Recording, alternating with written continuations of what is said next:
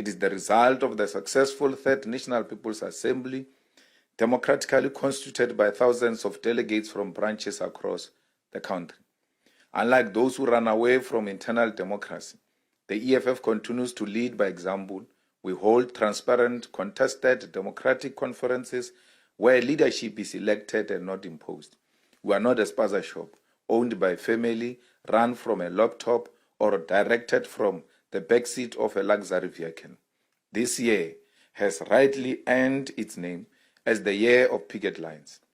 Across the country, different structures of the EFF have organized and participated in picket lines to raise the voices of the marginalized. We have picketed against police brutality, crime, the exclusion of youth empowerment, or the privatization of water and health services.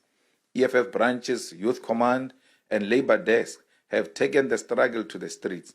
These are not symbolic actions, but expression of deep frustration with the status quo and a reaffirmation that the streets remain a key site of struggle. If passed, right, it could see senior ANC and South African government leaders sanctioned under the Global Magnitsky Act. And when we think of a senior ANC member, that would be, of course, the president, as president of the party as well. So, you know, what you would say then they are, you know, at direct risk. And what kind of impact could we see as a result if, as you say, it's almost, you know, fait accompli that it would happen? You know, Imani, sometimes in March, there was an article penned by a guy called Joshua Masabi from the Hudson Institution. This think tank influences the Republicans. Part of what is contained in that article was that selective sanction must be imposed on senior ANC leaders. And this includes freezing of their financial assets, preventing them from traveling to the U.S. They may also, you know, the U.S. has a tendency of extraterritoriality.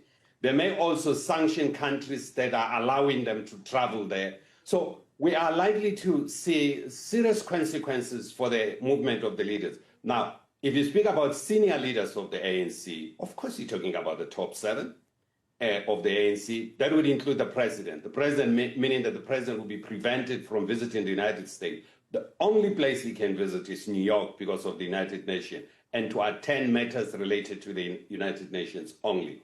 So that's where my suspicion is, but we are yet to see what do they mean by senior ANC leaders. You can't really think of anyone. And of course now in this bill, Imani, they're including people who are involved in corruption.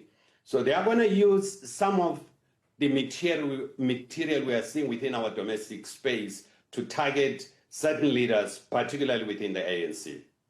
So what moves should we be making? What moves should both the government and the party be making in this moment?